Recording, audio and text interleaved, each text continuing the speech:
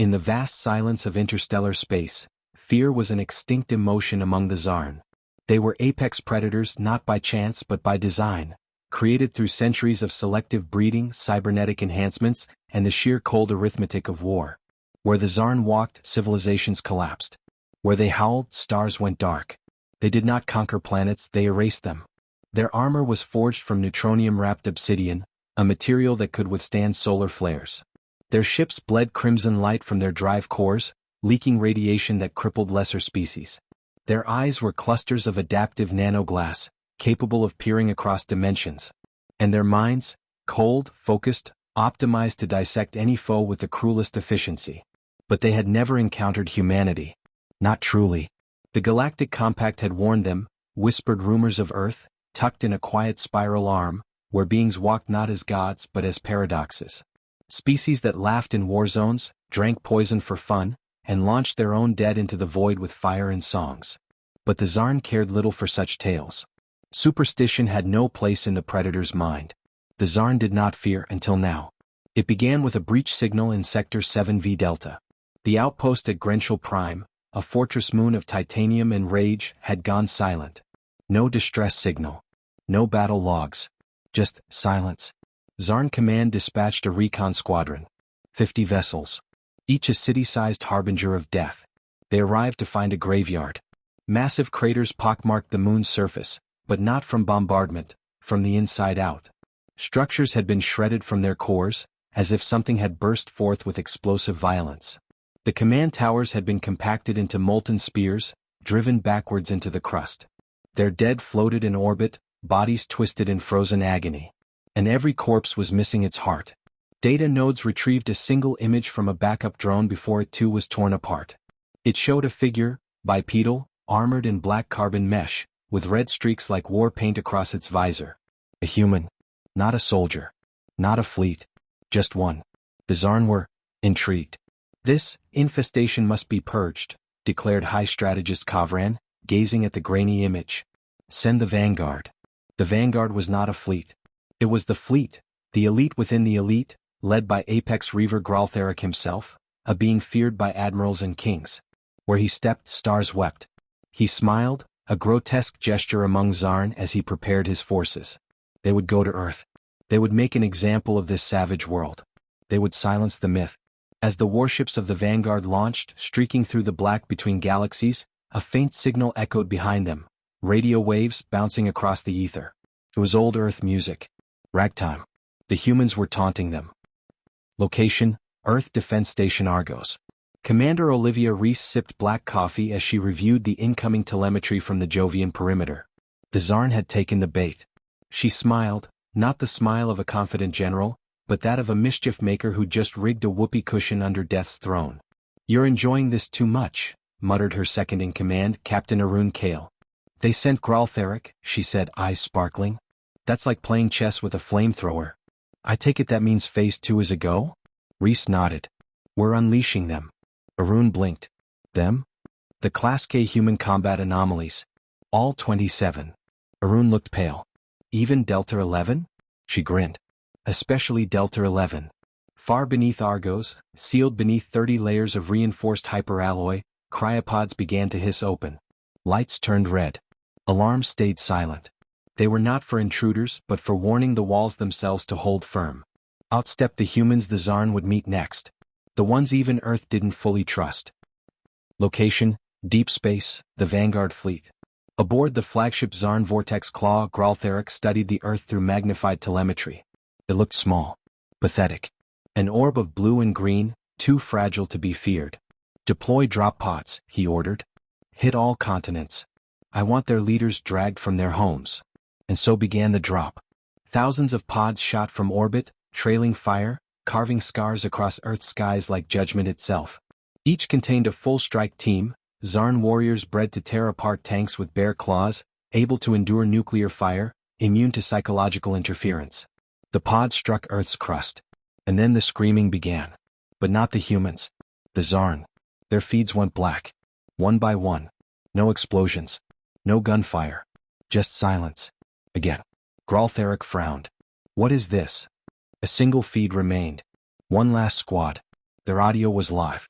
"They're smiling," a voice screamed. "They let US land. They wanted US here." Another voice gasping, "They're not fighting. They're playing. Oh gods, they're laughing as they kill US." Then silence. No gunfire. No signs of struggle. Just one sound remained. Clapping. Slow. Deliberate. Human. Graltheric stood in stunned silence. Perhaps the legends were true. Perhaps fear had not gone extinct. Perhaps it had just changed hands. The tactical operations bay aboard the UNC Bastion was a controlled chaos of blue flickering holoscreens, rapid command relays, and tense silence. The first engagement with the Velkar fleet had turned the cold black of the Virex expanse into a storm of fractured hulls and ionized wreckage. But what terrified command most wasn't that the humans had won, it was how easily they had done it. The Velkar were the apex predators of the galaxy, undefeated for 2 centuries. Yet their hunting packs, armadas of genetically engineered war beasts fused with living ships, were reduced to drifting husks within hours. And now they were coming again. This time with their real force. Admiral Sarah Mallory stood with her arms crossed, watching the flickering motion of the enemy signals approaching. The initial scouts had been bait. Distractions. The Velkar rarely committed themselves without first understanding their prey.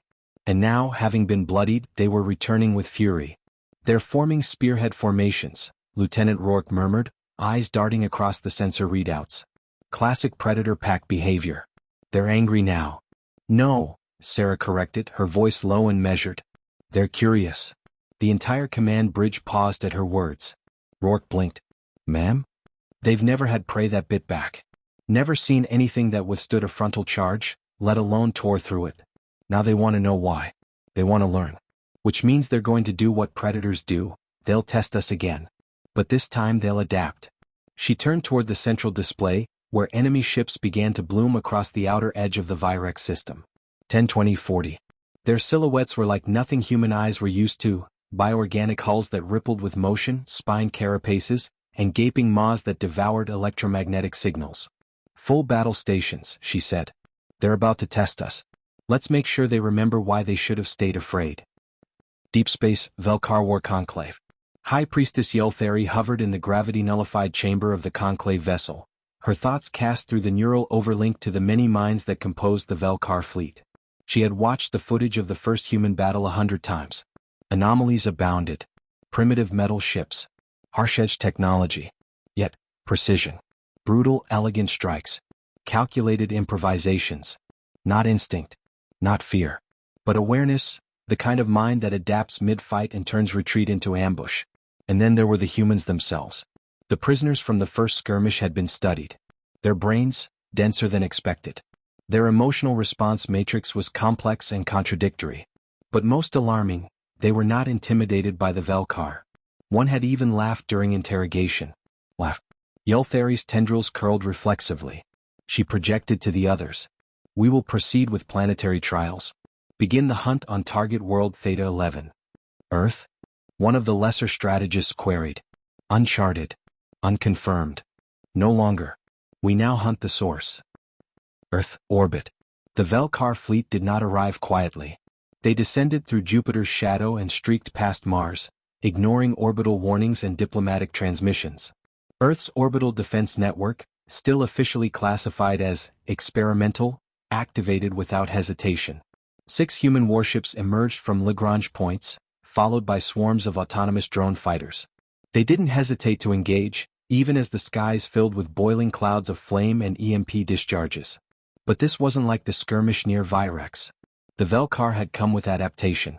Their ships reshaped mid-combat, sprouting electromagnetic weaponry, mimicking Earth's EM profiles to confuse targeting systems, even releasing bioswarms to disrupt sensors. And still, the humans did not break. On the contrary, their resistance became fiercer, more intelligent, more coordinated. Captain Reyes aboard the ISS Reclaimer gave orders that stunned even his AI adjunct. He vented entire oxygen compartments to allow one of the killer biobeasts to consume nothing but nitrogen, forcing it into metabolic shock. Another commander used Earth's own orbital junk field as cover for drone dispersal, fooling Velkar eyes into wasting volleys on rusted satellites. Every attack the Velkar unleashed, humans used it, twisted it, turned it back on them. And as the battle escalated, One realization crept through the neural net of the Velkar conclave like a virus. These creatures were not prey. Velkar ground insertion, Arctic zone. They had never fought in such cold. The humans had let the Velkar drop onto the Arctic, intentionally. The creatures adapted quickly, but not well. Their blood thickened. Reaction times slowed. And the humans? They moved faster. Snowmobiles became attack platforms. Ice caves concealed kinetic artillery. Even the native animals, polar bears, wolves, were seemingly coordinated with the local defense grid, herding the Velkar into traps. Sergeant Mason of the Earth Defense Force sat in a makeshift command tent, warming his hands over a fusion coil. These things thought they were the apex, he muttered, watching drone footage of a Velkar hunting pack being ambushed by a squad of teenage Inuit resistance fighters using repurposed heat-seeking tools. They ain't never fought a species that knows what fear is, and punches it in the face anyway. He reached for his comm. Tell command Phase 2's a go. Let's show 'em how humans do payback. Back on the UNC Bastion. Admiral Mallory was already preparing the final phase. Open the vault, she said. But ma'am, Project Centimanes is still untested. I don't care. They wanted a monster? She turned, eyes burning beneath the weight of what she knew humanity was about to unleash. Let's give them ours. Let's give them ours. The cold hum of reinforced blast doors echoed through the lowest decks of the UNC Bastion. Beneath layers of titanium alloy and radiation-shielded carbon weave, Project Centimanes stirred for the first time in years. Inside Vault Theta Black, a row of mechanical coffins unsealed with hydraulic sighs. They weren't machines. Not really. They weren't soldiers either. What emerged was a fusion of the two 12-foot humanoid figures wrapped in alloyed muscle, powered by fusion cores and governed by a neural mesh grown from enhanced human gray matter. Each one had been trained in dream space, years of combat compressed into weeks. They were born from the minds of Earth's deadliest tacticians, engineered not to obey, but to win. The Centimanes weren't weapons. They were wrath. Admiral Mallory stood at the viewing platform above the chamber, her voice cold as vacuum. Deploy them. Code Red Directive. This is no longer a containment battle. We show them what happens when you hunt humanity. A dozen war beasts emerged from cryobays and took their first steps since activation. Their eyes pulsed like miniature novas. And then they launched. Orbit above Earth. The fall of the Predators. The Velkar fleet was already staggering. Despite adapting to Earth tactics, despite mimicking human sensor profiles and deploying quantum disruptors, they were losing. Their massive biological dreadnoughts, once feared across 3 quadrants, were shredded by railguns, pulsed from stealth satellites, and detonated from within by boarding parties of cyber-enhanced Marines. But the arrival of the Centimanes shifted the tide into something far worse. One touched down on the dorsal carapace of a Velkar brood cruiser, plasma-forged claws tearing through armor like it was foliage. Another launched itself through a narrow breach and began eviscerating its way from bridge to engine core, dropping void silence charges behind like breadcrumbs of annihilation. The Velkar mind link, normally cold and precise, began to fray. Panic was foreign to them, encoded out of their predators' genes over millennia. And yet they felt it now. They were hunted. One transmission, ripped from the neural link of a dying Velkar tactician, echoed across the human intercept channel like a death whisper. They fight like they've done this before. Like they dreamed of us dying. On Earth, Arctic Theater final push. Sergeant Mason's boots crunched through the red-tinged snow, rifle scanning for heat signatures as the last of the Velkar surface squads fled toward their extraction zones. But there was nowhere left to run. From orbit, precision kinetic strikes cratered the ground behind them, corralling their retreat. You see that? Mason asked his spotter, nodding toward the clouds. The silhouette of a descending Centimanes loomed like a myth-given form, limbs flexing with impossible speed as it struck the ice in a burst of steam and fire. Around it, Velkar scatterfleets screeched in primal confusion. That ain't war, Mason muttered. That's judgment. The humans surged forward, a combined force of old-world soldiers, drone swarms and regional militias armed with everything from guided hypersonics to sharpened mining gear. One Inuit elder carried a carved whale spear, repurposed with a tungsten tip and EM launcher. Even nature turned against the Velkar. Ice cracked under their weighted forms. Wind carried coded pulses that jammed their neural resonance. Birds swarmed over their sensors. Wolves ambushed isolated scouts. The planet itself seemed in league with its children. And above them, the final command dropped from orbit. Initiate Wrath Protocol. Let none return. Velkar Conclave, Final Transmission. Yulthari's mind pulsed in agony. The hive of thought that once unified the Velkar was now chaos. Feedback loops burned through her consciousness. Each signal from Earth came screaming not with data, but with death. One final image broke her mental plane. A centimane staring into a drone camera, its mouth curling into a smile. Smile? The concept was alien. Emotions were not meant for war. Predators did not smile. But humans did.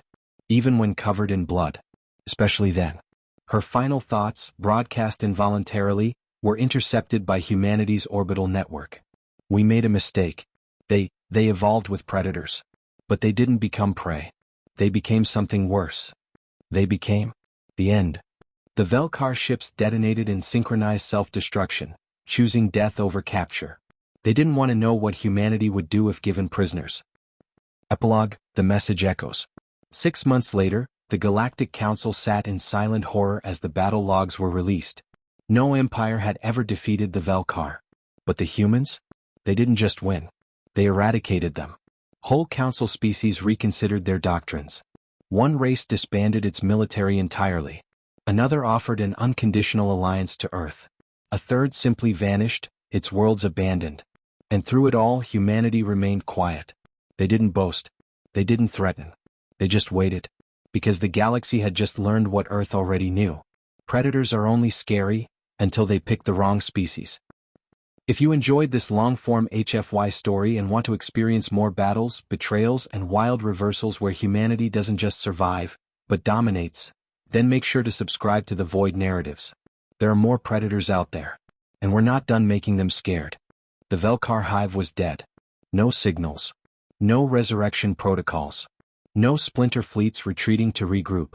They had chosen extinction rather than face what Earth had become. A species that didn't just survive, but adapted faster than fear could travel. But the consequences of that victory had only begun to ripple. The Galactic Council, Emergency Session. The chambers of the Galactic High Conclave hadn't been this full in over 3 millennia. Over 600 species had representatives physically present. More connected via quantum proxy. It wasn't just an emergency, it was a reckoning. The towering, crystalline Odiuri, normally detached and impartial, stared blankly at the data streams projected in the center of the chamber. They pulsed with telemetry from the human-Velkar conflict. "We've all studied the humans," the Odiuri speaker intoned. "We assumed they were primitive, chaotic, emotionally unbalanced. But we never understood what that meant in war." The delegate from the Tsarakian Empire, once proud, now silent, shifted nervously. They had backed Velkar incursions covertly. Now they wondered if Earth knew. Probably. "You all saw what they did," rasped a dry, grinding voice. It belonged to Dreth Kal, the sole surviving Hari warlord, whose mercenary fleets had observed from neutral space. The humans didn't fight like us. They didn't care about victory metrics. They weren't chasing territory. They fought like they wanted to make sure no one would ever try this again. A murmur rippled through the hall. "Their leaders never once flinched," Kal continued. "Their generals weren't gods. Their soldiers weren't perfect. But they were certain." Earth, the aftermath. Cities across Earth stood bruised but proud. The orbital bombardments had left scars, but humans had always lived with scars. Reconstruction began immediately. Old rivalries fell silent. Nations that once competed now shared plans, engineers, and stories of heroism.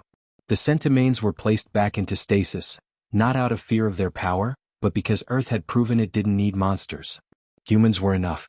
Admiral Mallory stood atop the new memorial in Geneva, overlooking a sculpture carved from melted pieces of Velkar dreadnought alloy. It depicted a soldier, faceless, nameless, standing between a family and a monstrous shape composed of shadow and void. She didn't smile. She just whispered, "They'll never come again." The message sent. From a small outpost on Titan, a transmission was broadcast across every known frequency, spectrum, and quantum slip. It was short. It carried no threats, no promises. Just an image of Earth, still standing, its atmosphere glowing with auroras caused by lingering ionization from the battle. And beneath it, the message. "We are not prey. We are not alone. We are not afraid. We are humanity. Come in peace.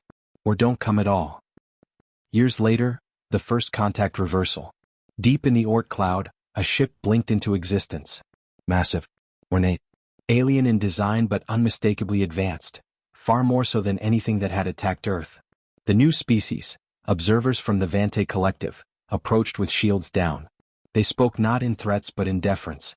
"We are aware of what your kind did to the Velkar. They were our enemies too long ago. We never had the strength. But you did. We do not wish to fight. We wish to learn." Earth responded not with pride but with clarity. "Learn then. Stand with us. But know this, should another predator rise, you won't need to fear them anymore. We'll burn the sky before they touch another home." And so the galaxy changed. Galactic memory, the lesson etched in stone. Centuries passed. Worlds rose and fell. Empires crumbled. New alliances formed. But everywhere the stars were spoken of, one truth remained carved into memory. There had once been predators that ruled without question. And then they met humans. A species forged in pressure and chaos. A species that took the worst of existence and made weapons from it. A species that smiled in war, not for love of blood but because they refused to die. They were not the strongest. They were not the fastest. But they were, and always would be, the most dangerous. Fire, thanks for joining the warpath with this story.